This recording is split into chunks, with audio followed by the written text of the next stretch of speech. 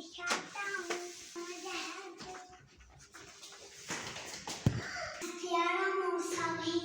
चलो आजा साजन।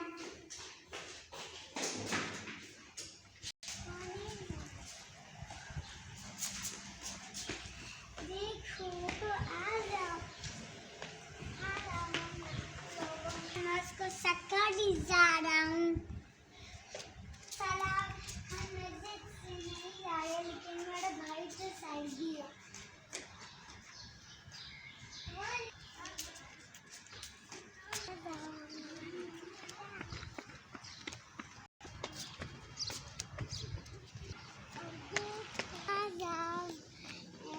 मुझे लगता है बारिश हो रहा है इसलिए आसमान में बहुत सी वाइट चीजें हैं।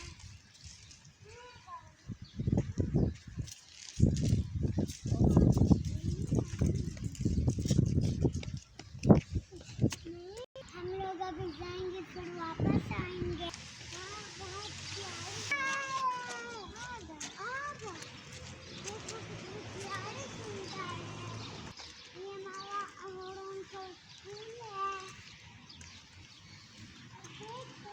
चिड़िया भी एक बैठी है।